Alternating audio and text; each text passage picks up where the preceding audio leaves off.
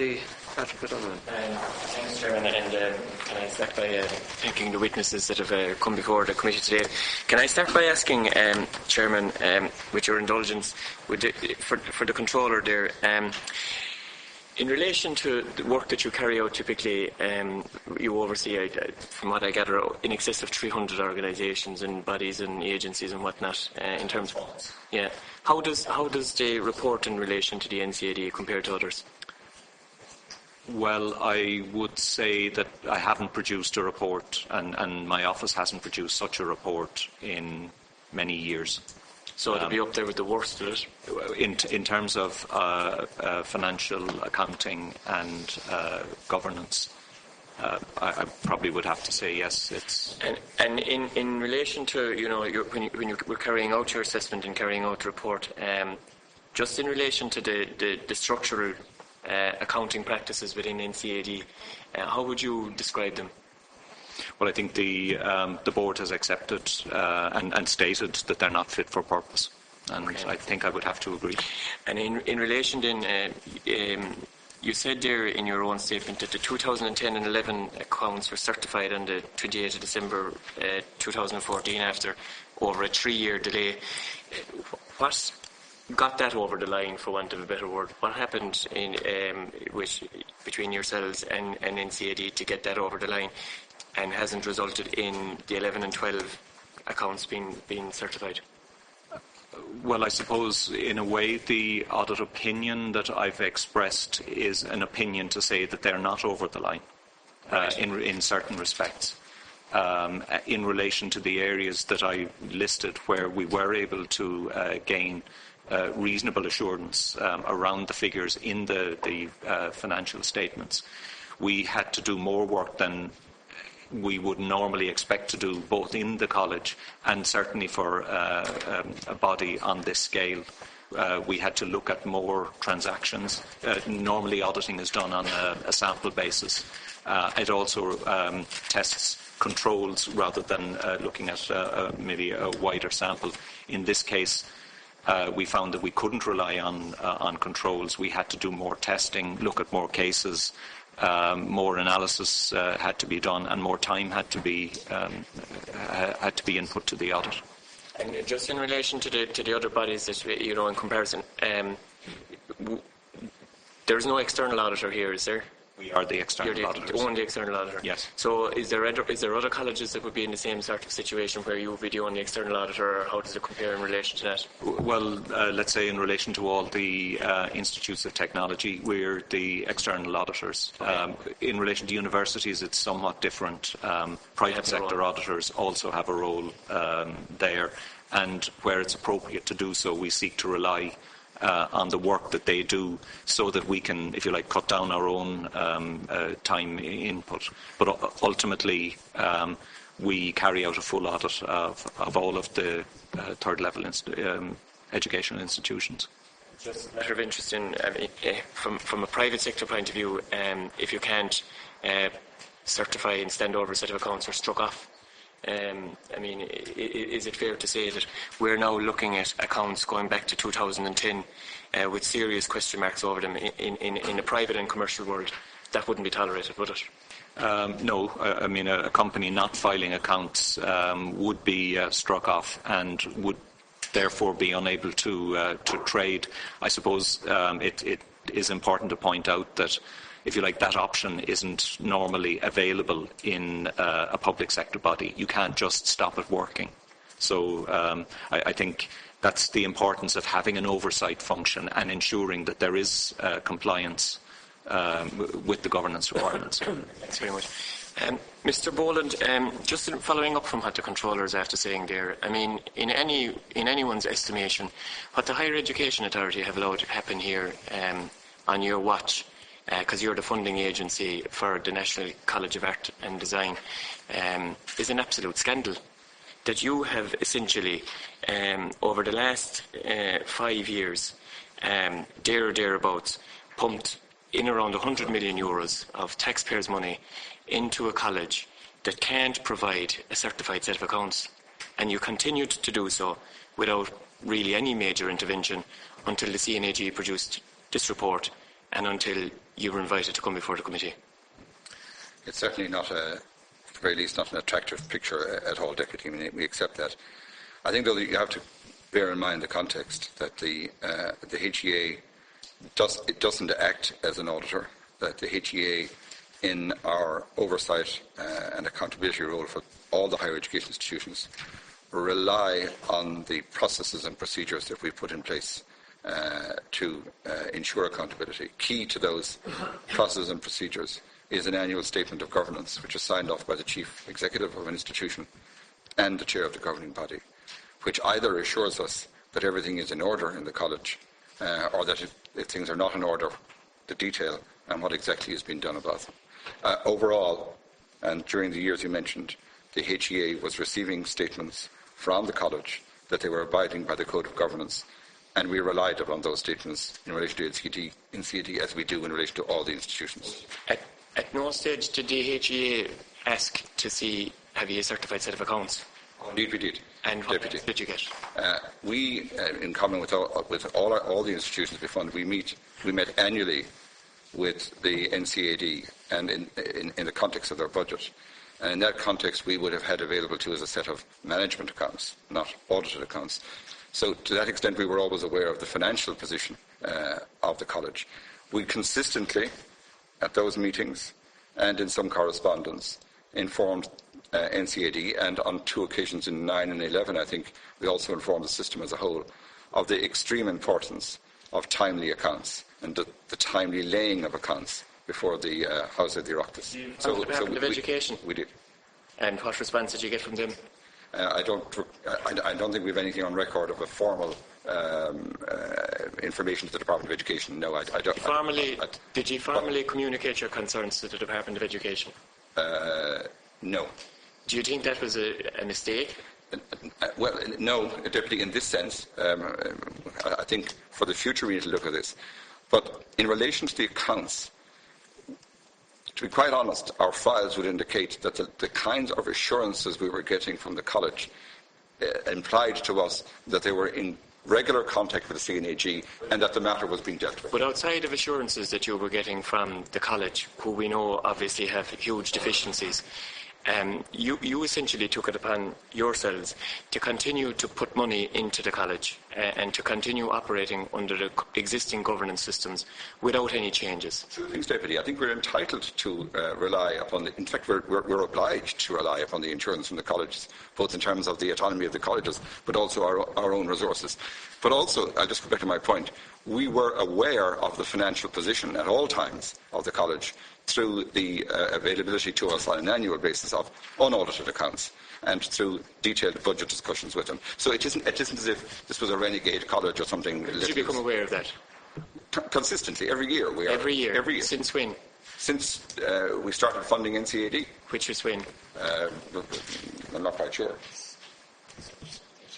Is it like 20 years? Is it 10 years? It's of that order anyway. So for the last 20 years, you knew that there was a financial issue.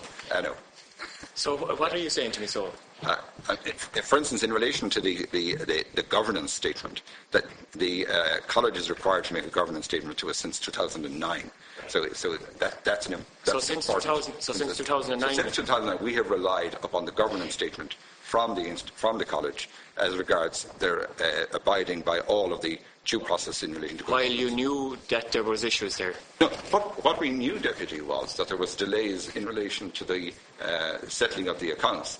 But again, I'd repeat, our understanding from the information we got from the college that was a matter of ongoing discussion with the C&AG, and we didn't appreciate that there was a major problem. We got assurances from the college, and we accepted those assurances in good faith. Even though, as the controller pointed out, that going back as far as 2000 and 2001, there was 20 months delays in producing certified set of accounts. In 2008 and 9, there was a 39-month delay. And at no stage did an alarm bell ring within the HEA saying, this is... And again, Deputy, I have to say, there were lots of alarm bells, and we, on many occasions, highlighted to the college, both in writing and orally, that there was the importance of finalising their accounts. Bear in mind, Deputy, we have relatively little capacity to do much more than to advocate and to ask institutions to put their house in order. In your opening statement, Mr. Boland, you said that you're going to introduce something of a kind of a performance-based system now. So essentially what you're saying is that you're going to reward the colleges who do what they should do, essentially. No. Well, what are you suggesting? What I'm suggesting, Deputy, is that we will penalise the institutions who do not do what they should. Would you accept, Mr. Boland, that in penalising those, you're actually only penalising the students? That's a very good point. So therefore, that would have to be taken account of in terms of any level of penalty that you would impose. But let me say, Deputy, there is nothing more that concentrates the minds of institutions, their governance and their management, than issues to do with funding and with money. So I think it's a perfectly valid use of our funding function to use it in this context. Well, I'd accept that, but in this case it seems that the only thing that has concentrated the mind is the report from the Comptroller and Auditor General, which is damning, because in the absence of the report from the Comptroller and Auditor General, it seems to me that nothing will be happening here, that you'd be still ploughing along in informal discussions with the C&AG, doing as you were doing up to now, which was effectively nothing.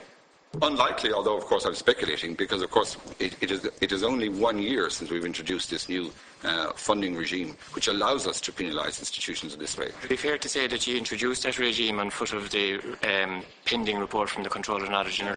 We introduced that regime in the context of the overall reform of the higher education system and in the context of the National Strategy for Higher Education, which actually changes the relationship between government, including HEA, and institutions to one with a much stronger focus on performance and upon outcomes. And it is that which allows us to get at this issue of non-performance in relation to governance. But like for the people that are looking in at this from the outside, Mr. Boland, you have a €1.2 billion budget voted from the Oireachtas, and it's a considerable amount of money. The NCAD have obviously come in here with their hands up and said, mea culpa. How many other institutions can we say, hand on heart here, don't have the same problem as these people? Well, I think we can rely to a very significant extent on the extent to which formal audits have been conducted by the C&AG in respect of the other institutions. It doesn't show an absolutely clean bill of health all round, nor would you expect it to, but in general, the system is operating very well in accordance with appropriate governance procedures. So as CEO of the HEA, I do not have an anxiety that there is widespread or indeed any significant abuse of governance procedures. You would accept that a college with, for the 5-year period that we're talking about here, with €100 million of taxpayers' money gone into it, had significant governance issues and they're only being addressed now? I would. Would you accept that that's a failure on behalf of the HEA? It is a failure on behalf of the HEA, but it's a failure that happened in a particular context where we had relatively little capacity to intervene. Why did you have little capacity to intervene? Because, as I was saying, Deputy, the only real weapon at our, if I could use that word, at our disposal is to cajole, to advise, to request. We have not had up to now any meaningful instrument to force, if I could put it that, an institution to do that which it does not want to do. So would you accept? But would you accept in that having a €1.2 billion budget, where you can't do what you're just after saying, that essentially your role as a higher education authority is probably more focused on certification and awards than on finance? We don't have a role at all, actually, in certification awards. No, Deputy. I think, in fairness, as I said, when you look at the system as a whole, by and large, and indeed overwhelmingly, it's a very compliant system with appropriate process. And the C&AG's office down the years would have seen that, notwithstanding there have been difficulties. So I don't think you can extrapolate from NCAD a picture of a complete failure of accountability in the higher education sector. That's unfair to the institutions. But would that not be down to the institutions' own, as the C&AG said at the start, that the vast majority, and I'm paraphrasing, of the universities have external auditors? So obviously, you don't have an audit function here, but you do have a responsibility to make sure that the money that's voted from the Oireachtas goes to the purpose in which it's intended. I mean, the C&AG's role is retrospective. Surely you should be taking a more proactive role in this to say there's €1.2 billion worth of money going out from these houses to third level institutes, and we have one here they can't produce a certified set of accounts for 5 years, and no one up until the C&AG wrote the report thought that that was a problem. I'd say, first of all, that I think the success of the sector, if I could put it that way, is down, in fact, to the institutions, and down to the principle of the autonomy of the institutions and their responsibility within that autonomy to look after their own internal affairs. That's just very important, because no HEA, no matter what size, could actually manage the whole system in a very direct way. So, by and large, the success is down to the institutions themselves. No HEA could manage the system. Because we're an institution of 60 people, and it's a vast system. So we have to rely. Are you saying we have to rely on putting in place good processes and reviewing those good processes? Deputy, on your point about being proactive, if I could just very, very quickly read you a short extract from a financial memorandum which we are in consultation with now, which I think reflects perhaps where we're going on this. It says, where the HEA has concerns or insufficient information to provide the assurance required, the authority will, in the first instance, seek to resolve matters with the chief officer of the institution. Where this has not proved possible, the authority will inform the chair of the governing body and the institution's chief officer in writing and without delay of any significant concern about the conduct of the institution. Only after such notification, and where the circumstances warranted, the HEA may consider whether it is appropriate to hold back or suspend the payment of any or all grants due to the institution. So we are, in fact, taking and going to take a much more proactive role. Mr. Boland, as I said at the outset, the only people that you're going to wind up punishing are the students. Can I just ask, in relation to the 60 people that you have in the organisation, how many accountants have you? One. One. And one accountant? Yeah, well, the management account here with me.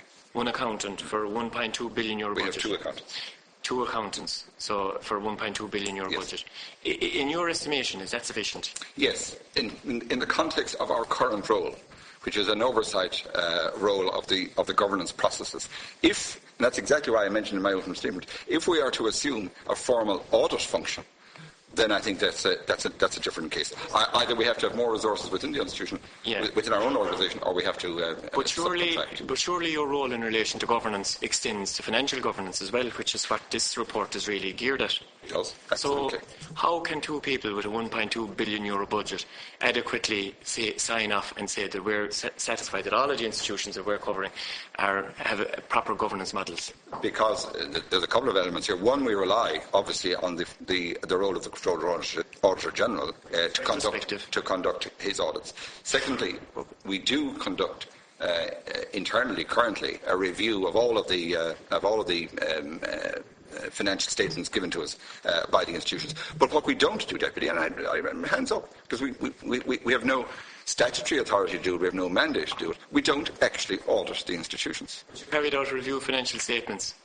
We do. And did you carry out, for instance, a review of the financial statement into the NCAD in 2005? I expect so. Were we doing the financial reviews at that stage?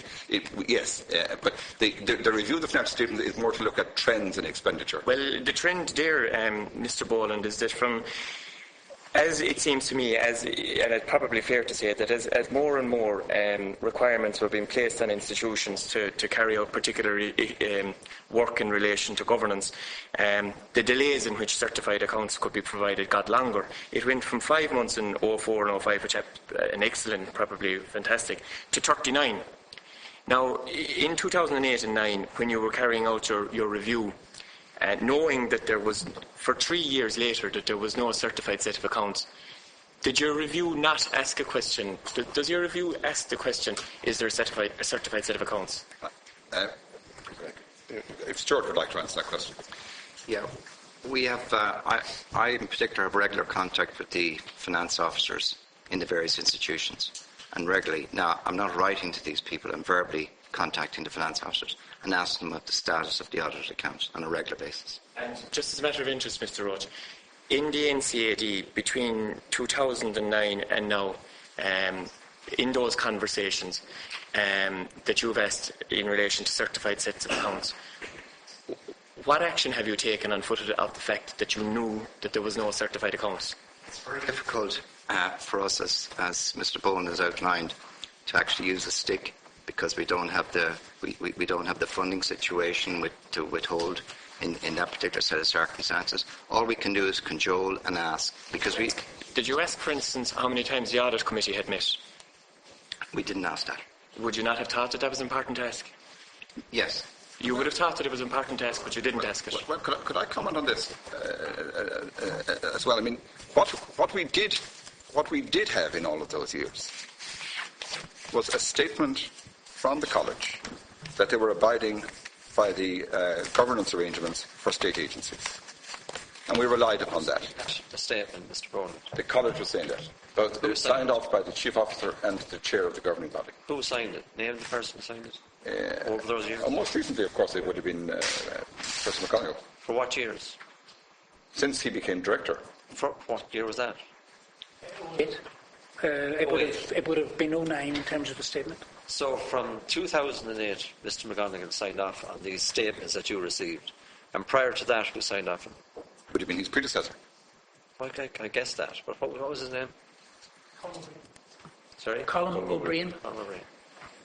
Actually, the statements were only introduced in 2009, so he wouldn't have been signing a government statement. We required the NCAD in 2009 to adopt the Code of Governance for state agencies. Thanks, Chairman. Mr. Roach, just going back again, did you not at any stage ask Mr. McGonigal or the previous directors in the NCAD how many times the audit committee had met? I would not tend to get into that Why not? level of detailing. I'm primarily concerned in relation to the audited accounts of the various institutions.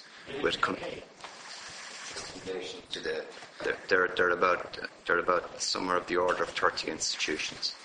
So I would do very, very detailed financial analysis and trend analysis of all of the institutions and would report to our own executive in relation to that. And indeed, in relation to the Institute's technology in the whole sector, a full trend analysis for 10 years on all aspects of it. Yeah, but just in relation to this one, you do a very detailed analysis. I mean, the first question, the first box I presume to be ticked in any analysis that you do, is there a certified set of accounts, yes or no? Yes. And for 5 years the answer was no. The last set of accounts that I financially analysed for NCD were 2010. That's 5 years ago.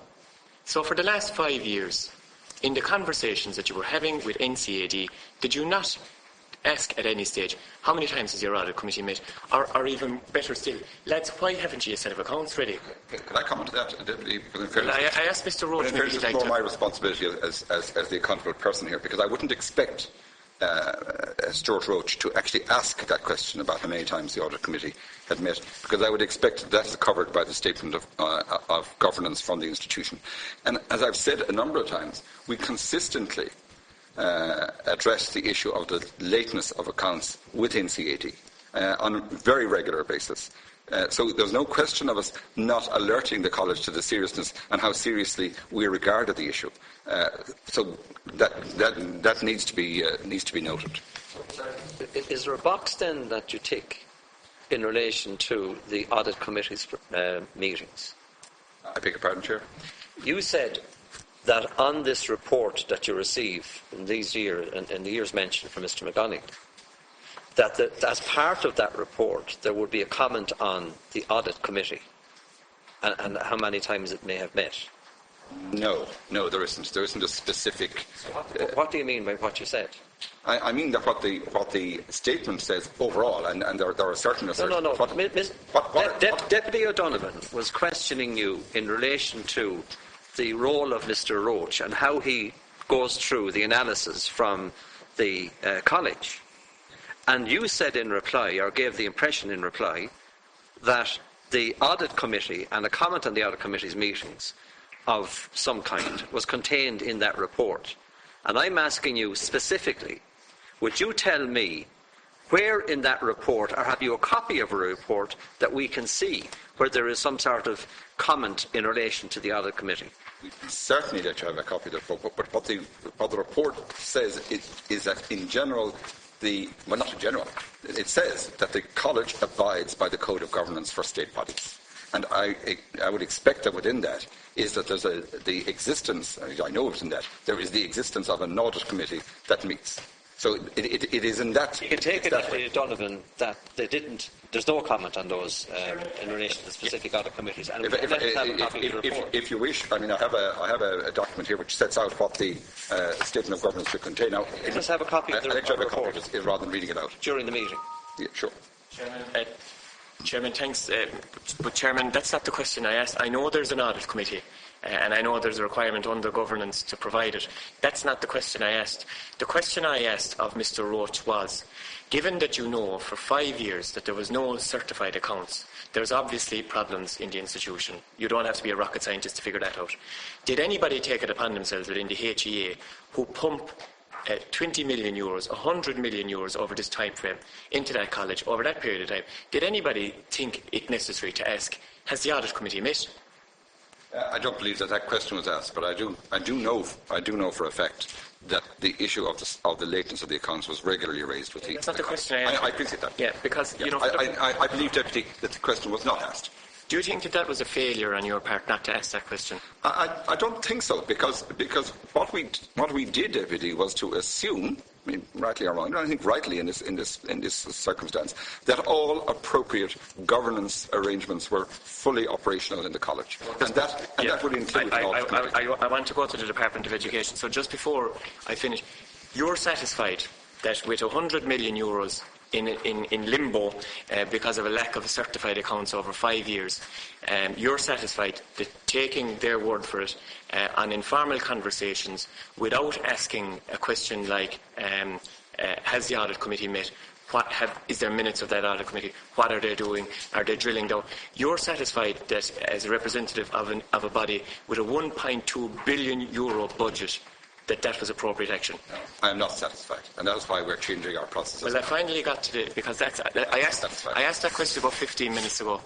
I tried to answer it, forgive me if I didn't, but I am not satisfied now, given the reliance we placed on assertions from this one college, that we can continue to rely on those assertions in the future. Can I just, before I finish... We will need to audit them in some way. Given the fact that there's huge gaps in governance here, just could you very briefly describe for me what is appropriate governance in your definition? Appropriate governance is where an institution has the capacity to demonstrate that it has used its funds, public and private, for the purpose intended and in an effective way and in an efficient way. Having that capacity to do that, one would imagine that the production of accounts would fall into that. It's a very important part of the clear demonstration of accountability. Right. So the HEA failed there then, knowing, if that's your definition of appropriate governance, you failed to draw these people in, to intervene, to make sure that the taxpayer was protected. I think there are some very specific instances of weaknesses in our practice, but generally, given the context we were operating in, I don't think we failed in that way. But I think what this shows up is clear weaknesses in our processes, which we are now addressing. Mr. O'Fowler, what's your reaction to all of this? I mean, it's your department that vote the money, or we vote the money through your department to the HEA, who onwards transport it to the individual constituent colleges. And what we're after hearing in the last 10 minutes, indeed what's contained in the Comptroller and Auditor General's report, in my estimation would show that there's not only is there governance issues in relation to the NCAD, but there's also governance issues in relation to the HEA. What's your response to that? Well, as I said in my opening statement, we're very concerned, and I'd say primarily, with the senior management in the NCAD and with the governance in the NCAD, that they didn't put the arrangements in place. That's the primary concern. And we are very concerned also about the processes in the HEA that didn't spot this at an earlier stage. We were informed for the first time late in 2013 that there was a serious concern about the NCAD, and we acted in a joint way with the Higher Education Authority in advancing. Now, the HEA. The HEA first informed you in 2013? In late 13. So did it come as a surprise to you then that from 2009 to 2013 the same problem was there and they didn't tell you? We would keep a record of when accounts are completed, so we would have been aware that the 2010 accounts were completed and signed off at the end of 12, and the 2011 accounts were under consideration. So we weren't aware, other than that, of the details of the concerns. So arising from that, we think there are, I think, a number of different strands. The first strand is to keep highlighting with the institutions their primary responsibility, and the primary breakdown here is within the institution. No, but Now, that's not, the second. Sorry.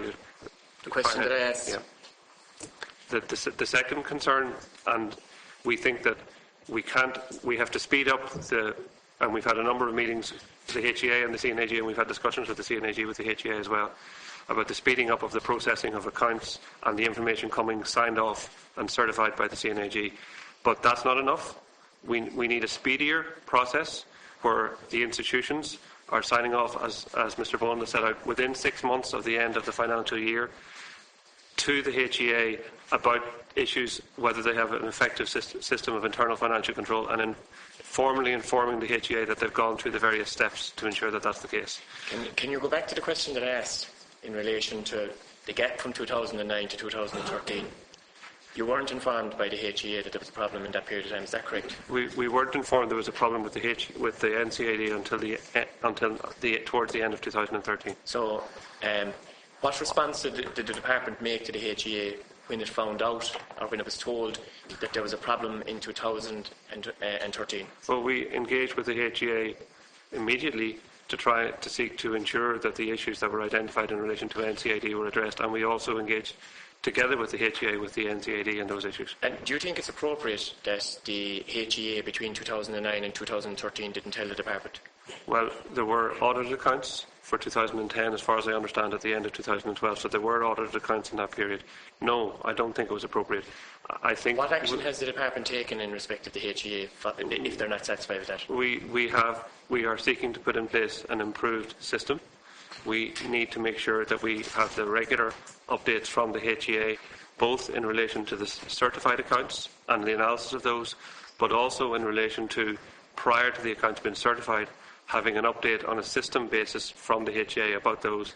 And it's those matters that Mr. Boland has informed the system about in terms of putting a new set of arrangements from April. But we are putting further arrangements in place on top of that. Because in the private world, in the world outside of the public service, if I was responsible for essentially 80 million euros, which was channelled from me to an intermediary and on to the end user, and the intermediary didn't tell me over 4 years that there was problems with the end user, to say that I'd be dissatisfied would be putting it mildly.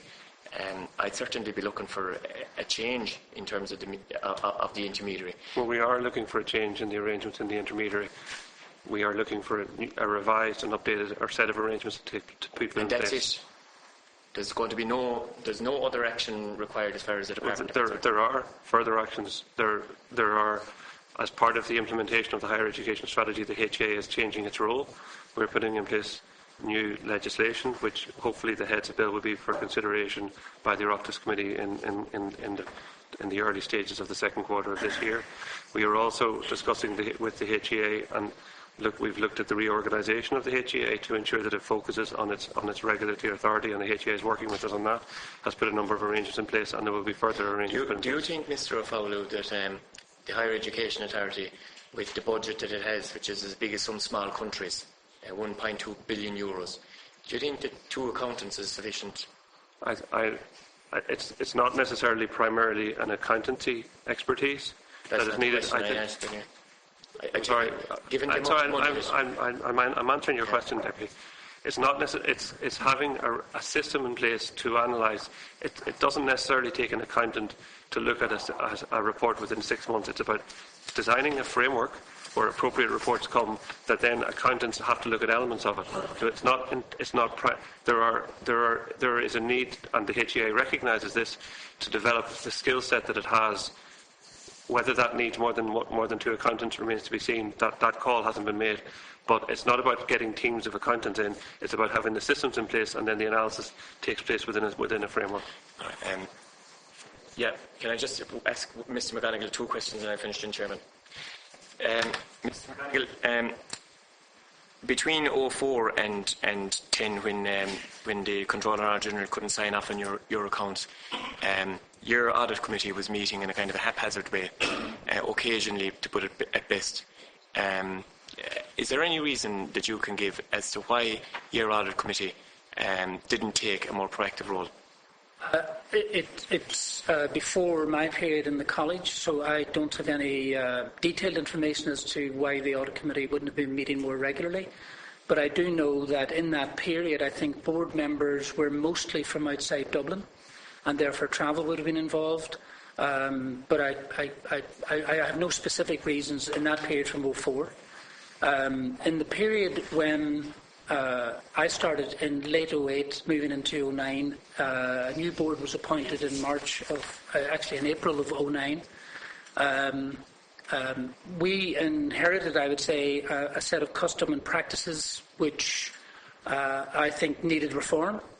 The board that was appointed at that time had indicated, the new board at that stage, with my appointment, had indicated that a change agenda was what they were interested in, led by academic change for the institution in terms of how the landscape, the education landscape operated and how NCAD worked within that landscape. And that focus, I think, became the dominant issue in that period. 2009 is a very significant year because it was the first year of the beginning of the cuts in the sector, a very substantial cut to NCAD. We also had to negotiate new validation for the courses that we were offering students because the threat of abolition was hanging over the National University of Ireland, our validating body. We also, in terms of the brief given to me by the board, embarked on a process of developing a new internal course structure, moving from a 4-year to a 3-year degree. So, and I think going back to some of the questions and answers previously, I think it's very important to understand that the conversations and meetings we have with the HEA and indeed with the department cover more than financial issues. They obviously are underpinned by both the funding issues in terms of the amount of finance and what we can use it for, and also the procedural and compliance issues. But they're also about policy. Yeah, but I asked about the audit committee. I mean, why we're here is, the reason that we're here is that from 2009 up to now, there has been a trail of destruction in relation to certified accounts from your institution. And what we're trying to find out is why is that the case, and what has happened to make it different. Well, the fundamental issue in NCAD is capacity issues. A very small accounts office, 2 people, an accounts officer and an accounts assistant in that period. It's changed now. We've changed it now. The skill sets were not necessarily the skill sets that one would have wished at that time. NCAD was a smaller college in that period, 2004 to 2009.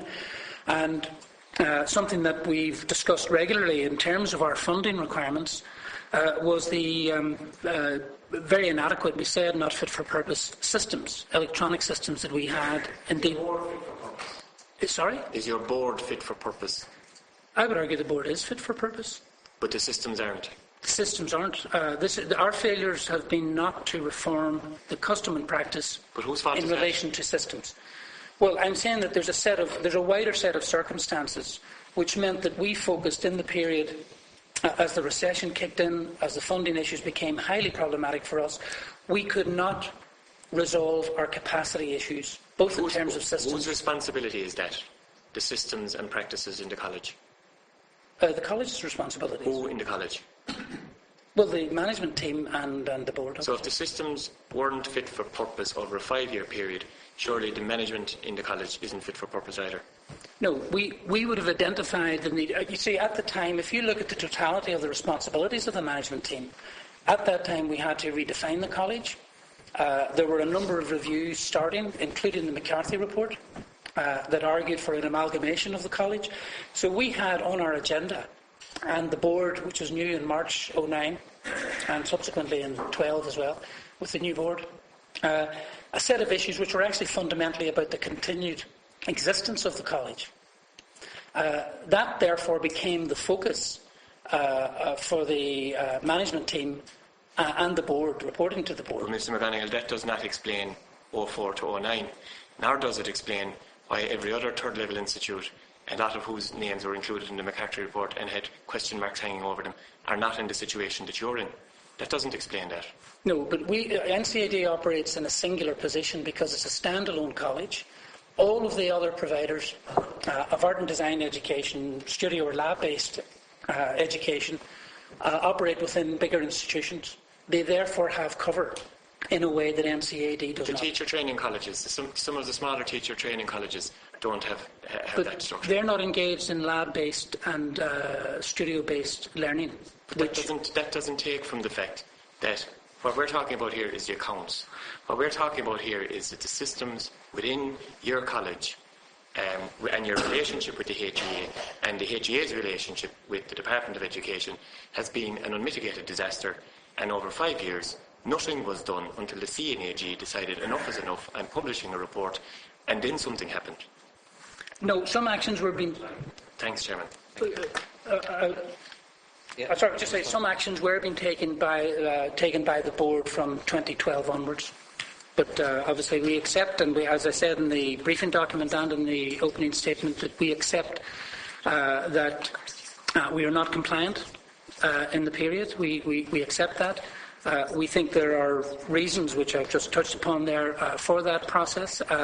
The scale of the college and the capacity of the college to address all of the issues that we were presented with in that particular period from 2009 onwards. I can't speak back to 2004, but from 2009 onwards, there were a set of fundamental issues which were to do with the continued existence of the college and its ability to deliver student learning on the scale that was required. And for us, that delivery, the focus on delivery, and we accept that resulted in not sufficient attention being paid to the other issues that you've identified. Deputy Downs.